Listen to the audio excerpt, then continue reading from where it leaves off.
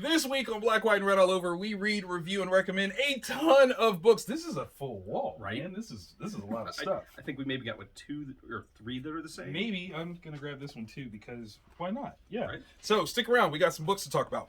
Ooh.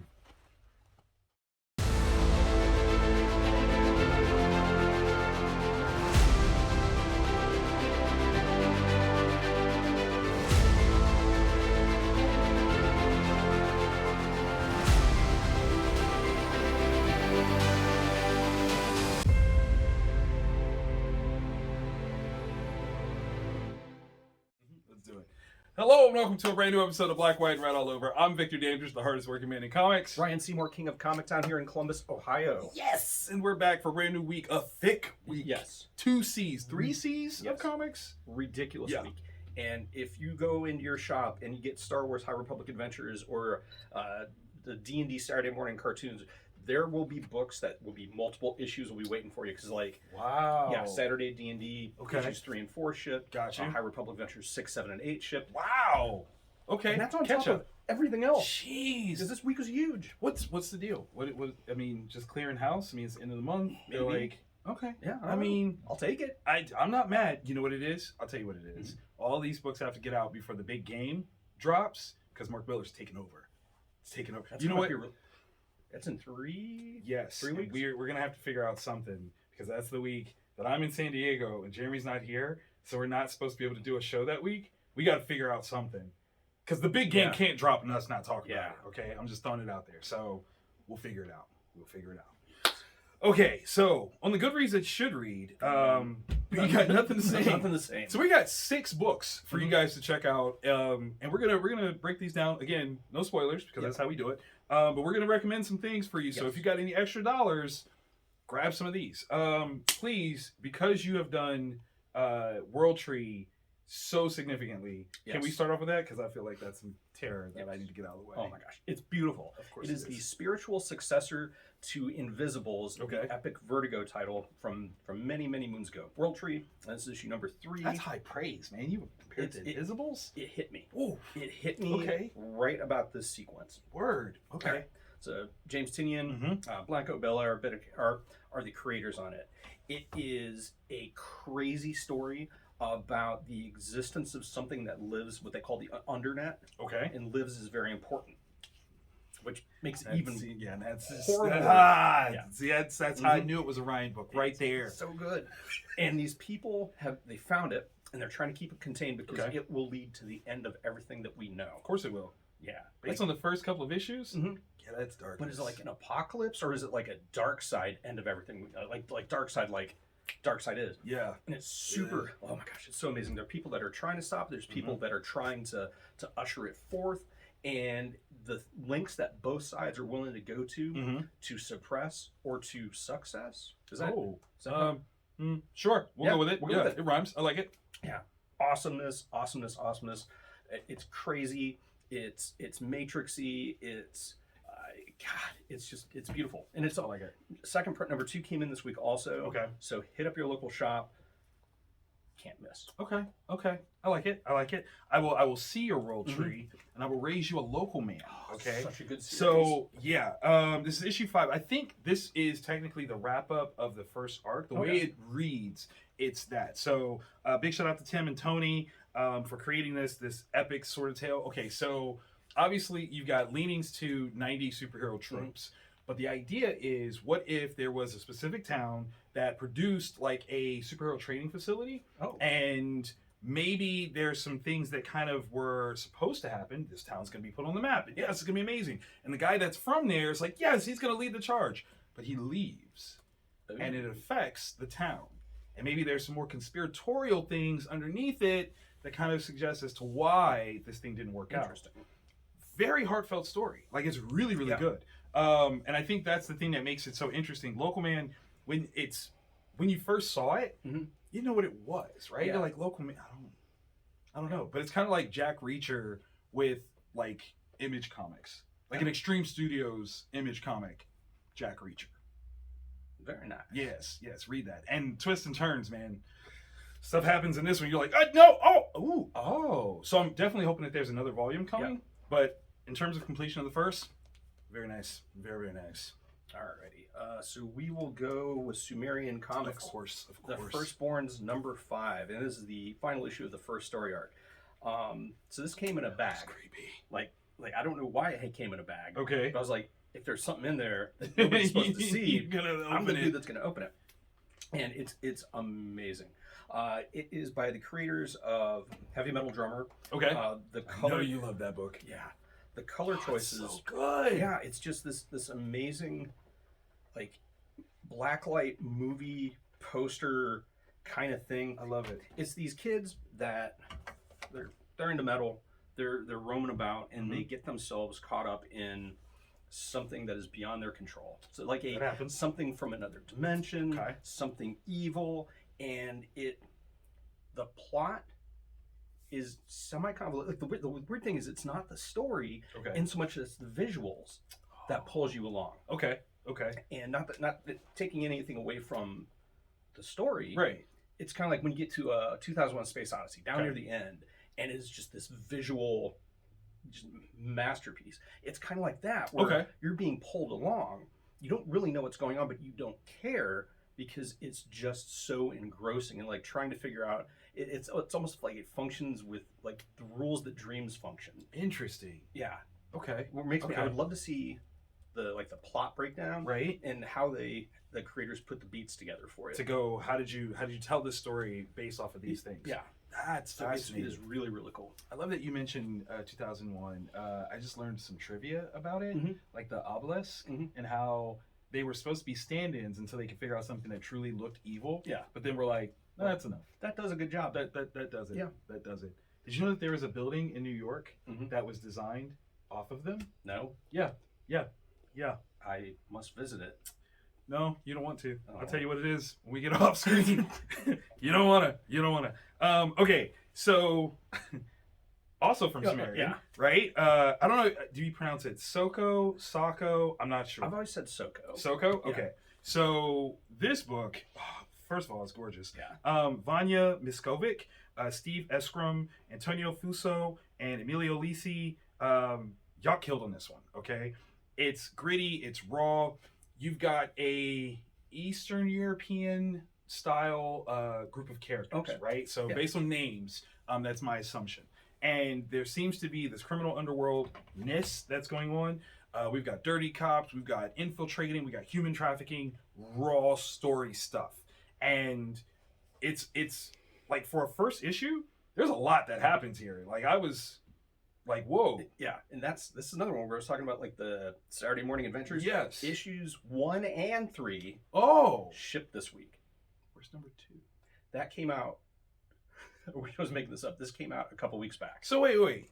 So what did I read? I want to make sure I read issue 3. Yeah. Okay, so there's gonna be a I thought it was issue 1 because I was like, I've never seen this series before. This is crazy. Okay, that makes me feel so much better because I was like, there's so much happening here, but I was following all of it. Okay, awesome. That's how you know a book is good, when you can randomly pick up issue 3 and be like, and I'm here, like, into it. Oh, that just makes me appreciate it that much more. Right? I did not realize that was 3. Yeah, no, it is. Okay. So I was just reading books and I liked it. Okay. You know what? There's a character. Why you gotta be so rude? The art is just absolutely so good. It's so good. This dude, when he comes home, he has every right to be angry. Oh my gosh. Not there. Yeah. Like yeah. And then you want to talk like that, like rude. I don't know who's interrupting who. I would interrupt some furniture, I'd tell you that. Yeah. Kick some stuff over right away. Good reading. Like, again, I didn't realize it was issue 3. I was into it. I thought it was issue 1, and it had me. So, highly recommend. All right, coming back for seconds. From Dynamite Entertainment, Elvira in Monsterland #2. Avalone and Ball are the creators of note on this. So this is like... God, that's beautiful. Into the Spider-Verse. This is like the Into the Elvira-verse, where it is Elvira has been brought on board by this like space-time continuity police that are Peter Weller. Yeah. But Naked Lunch Peter Weller is the point of contact. Okay. And she is trying to stop Vlad the Impaler from collecting movie monsters Okay. and movie monster makers from movies. Okay. So she's bouncing from different movies to different movies. That's awesome. So like in this one, Vlad's trying to get Frankenstein, the Frankenstein monster, Right. Dr. Frankenstein, and then the Bride of, like, it's so cool. And it has the Elvira wit. Like, if she is not giving input at like how the talk and whatnot, they're just nailing it. It's absolutely awesome. God, that looks good. Yeah, and the way they choose the colors, like if it's a black and white movie she's in, Yeah. it's black and white grayscale. Of course. So it's just super, super smart. So when the full color hits, it really makes it pop. That's awesome. And the yeah, Woo! yeah, the way it's drawn, you know what movie that they're in. And this one coming up, oh my gosh! So I'm gonna read issue 3. Right, one of my all-time favorite horror movies, rom-coms, if you will, is fantastic. You're not wrong, But I'm not right. You're definitely not right. Okay. My final Goodreads you should read: Amazing Spider-Man number 28. I almost picked up the other one that was the second printing, and I was like, wait. Count the numbers. Familiar. Count the numbers. This isn't it. So we've got Zeb Wells, Ed McGuinness, Farmer, and Miniz. Sorry. Okay. Dr. Octopus has upgraded his tentacles to arguably the cutest menace I have ever seen. I'm a child. It was like, the tentacles. Well, I mean, Oh my gosh. see? What? Yeah. That's adorable, right? Oh my gosh. It's like a. It's like a flubber. Yeah. It's like a flubber, except they can do that. Oh. Yeah. Yeah. That's smart and. All at the same time, because you're like, oh, look, it's got eyes. But no, it's so much more than that. So, I mean, here's one of the things. We know that Spider-Man arguably has one of the best rogues galleries in comics. But what happens when the rogues don't like each other? Ooh. Who all is at risk when that happens? Yeah.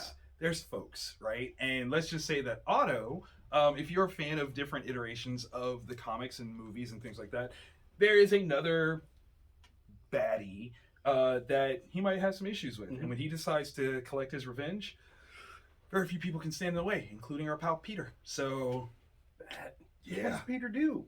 Like, you're supposed to stop it because you're the good guy. Yeah, but bad guy is relative here. So, Yeah. you know, it's super interesting. But yeah, Doc Ock's new upgrade, amazing. It looks the choice of colors just so good. I'm gonna tell you right now, Marvel, if y'all don't make like little ones of this that people can just take home and just shake, you've done something wrong. I'm just throwing it out there. And if they connect, oh my gosh. Yeah, make that happen. Yes. Jeez. Yes. We'll be right back. We're gonna do a quick commercial break. When we come back, the must reads. Yes.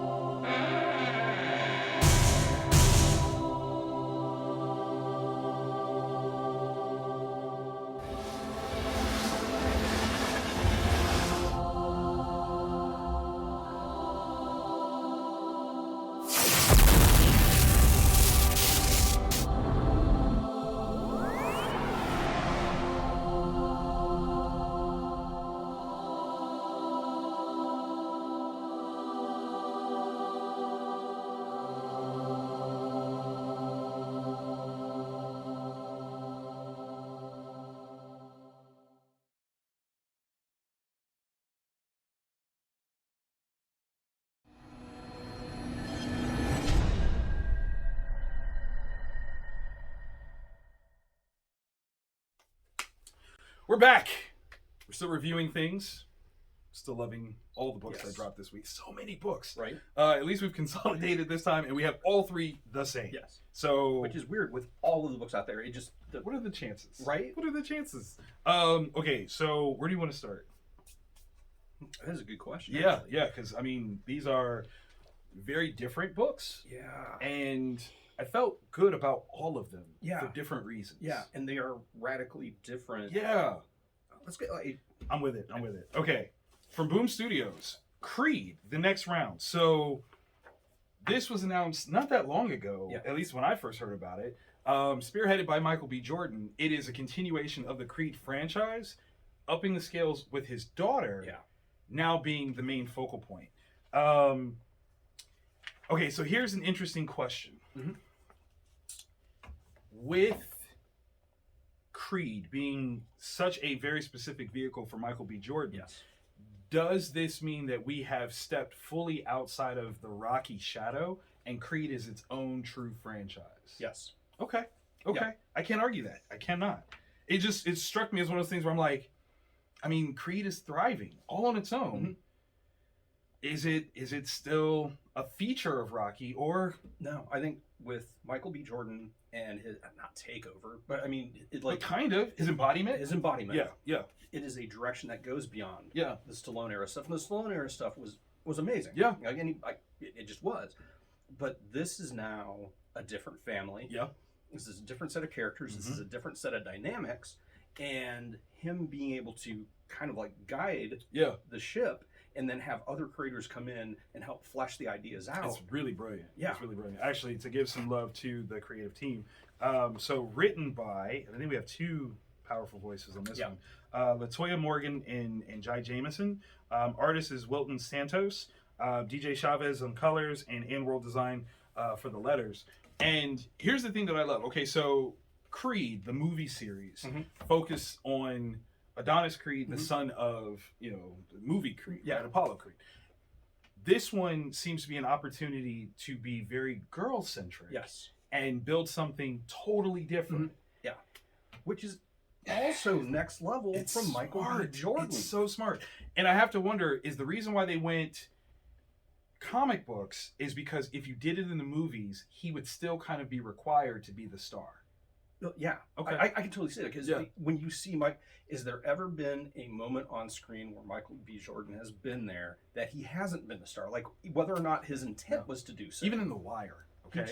He commands like the camera look. Yeah. His acting is so powerful and charismatic. By doing it this way, you remove that. Yeah. Like he's still there. He's still Adonis Creed. Right. And he's the patriarch of the family now, but it's his daughter. His daughter is the focus of everything. I love it. It's Absolutely awesome. Love it. Yeah, it's so powerful. If you guys haven't followed, the more interesting thing that I think that is so great about the representation here is not just that the characters are black, not just that the lead is female, but she's also hearing impaired. Yes. So now you have this bigger context of representation of a person using like black sign language, like Black American Sign Language. Very specific. Very specific, right? And I was like, yo, that's dope. Like, this is now a bigger vehicle than what the movie series even was. It's not just an action adventure movie for stereotypical dudes. Yeah. This is something totally different. Yeah. Inviting, open. I love it. Yeah.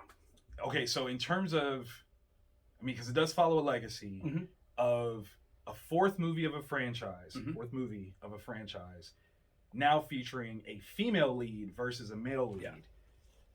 Are we looking at the next Karate Kid? Like, is that kind of what? Maybe. I think it'd be good. I think it's cool. I like it. Yeah. It was really good. Like, I wasn't sure because you're like, how many times do people that are not like a novelist or an actor or a musician come in or like, oh, I'll do a comic. I'll do a comic. It would be cool. Okay. Yeah, you definitely paid to do this. Yeah. But this one, no. The creative directive, I think, works because he clearly had a vision and then was like, okay, you guys execute. Yeah. And it was very well done. Yeah. So, highly recommend. Grab this.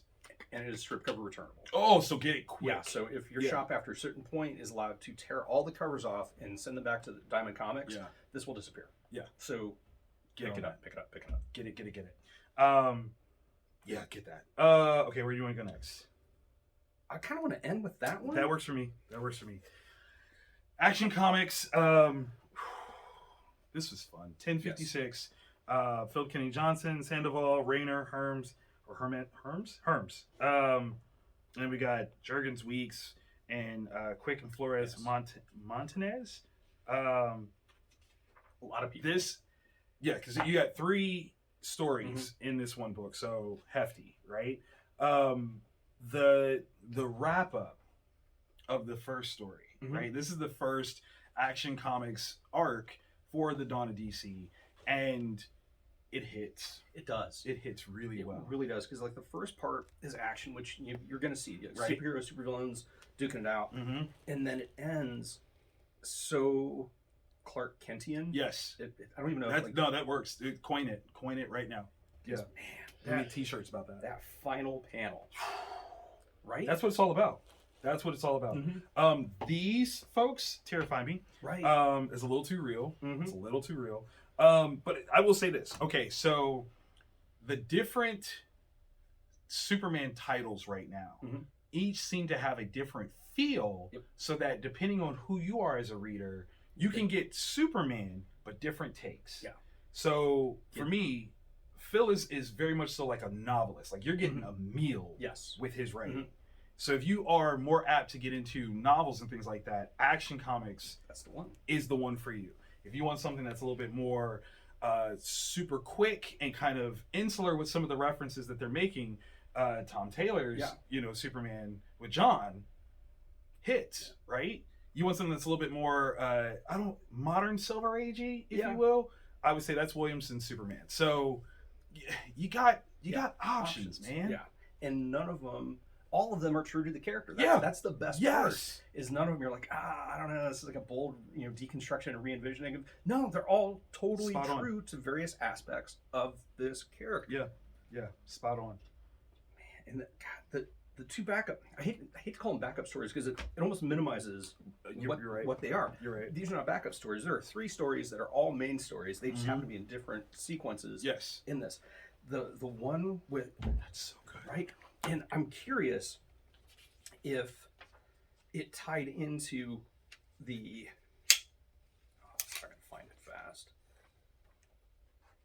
Because there was where somebody was finding somebody. Oh, and I'm curious because that's smart. That is. I mean, when you talk about storytellers like Dan Jurgens, who celebrated a birthday, by the way, so happy birthday, Dan. Yeah, I mean, it's really, really good. It's really good.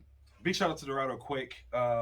This take on steel and the dynamics of steelworks and things like that. Yeah, I like this particular piece. I really do. It's a fun interaction. Certain characters that you're like, they should know each other. They should know each other and interact, because based on their skill set, their scales, they should be people that interact with one another. And man, it's good. Yeah. So great job. Highly recommend. Book of the week, without question.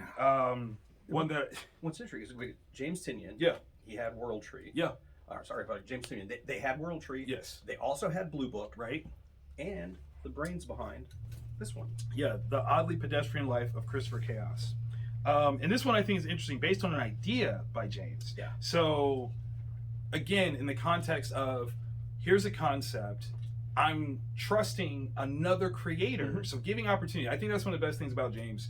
Right now, James is hot, okay? Hot. If James puts their name on it, it's good. Yeah. It's going. It's selling. Yes. And for them to use their platform to let other people in, because that's what happened for James. Scott Snyder was his teacher, was their teacher, and opened up the door, and there you go. Like, dope.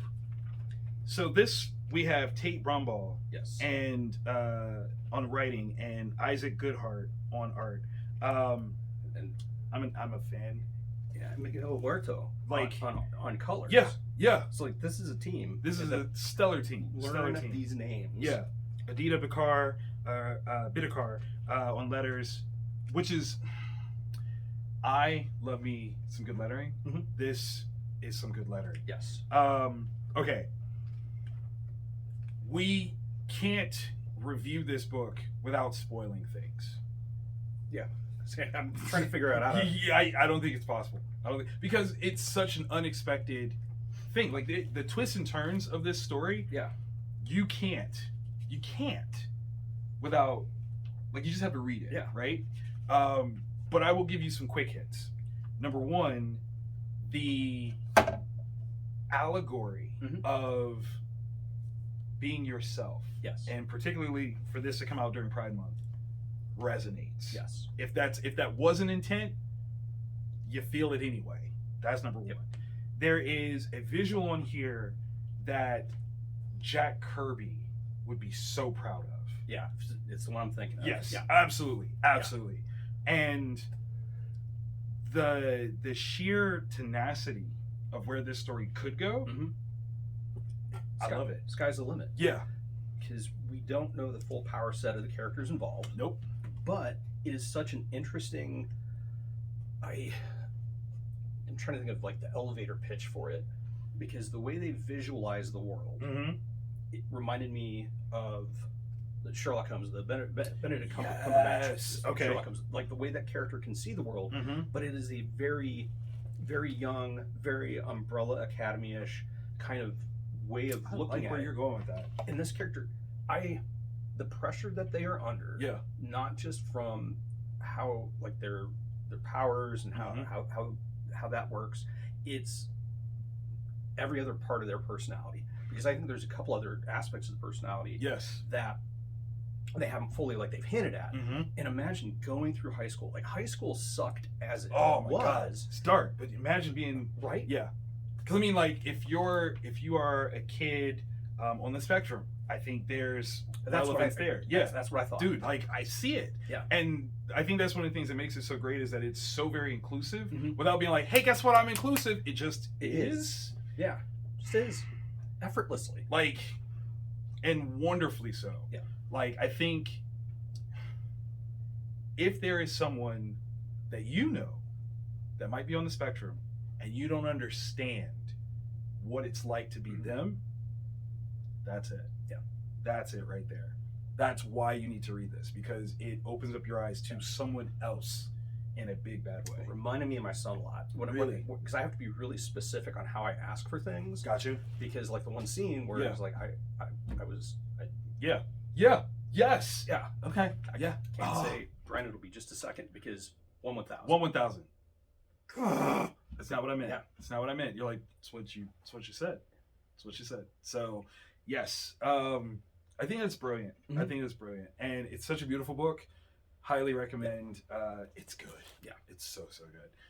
Everyone involved in that book should high five themselves. Yeah. Like, literally. It did an amazing job. Yeah. And it was a weird one, because the way it was marketed to stores was, it's a Tinian book. But then as stores looked into it, it's not, but it still is. But it is. So orders might be a little bit tight in some shops, because we didn't know. Right. Other shops may have gotten larger because of Tinian's name. So definitely don't miss out. Yeah. Hit up your shop, and if they don't have it, I think it might still be available for reorder. So just communicate with your local store. Let them know right away. Do what you can. Right away.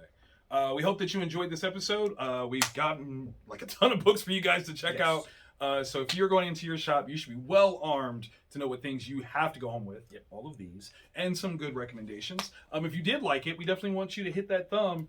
Tell us that you liked it. Share it. Tell people. Be like, hey, these guys, they know what they're talking about. They got the goods. And every week we do this. So hit the subscribe button. Yes. And then go into the settings and say, hey, phone, let me know when they do stuff. As we do this every week, Jeremy goes above and beyond, really and does. also splices the episodes up into chunks for each book. So that way you can get your vitamins, or I don't You get your fix. Yeah. Yeah, because we fix it in some way, shape, or form by reading and reviewing and recommending to you. Black, white, and red all over. We'll see you guys next week. Doodles.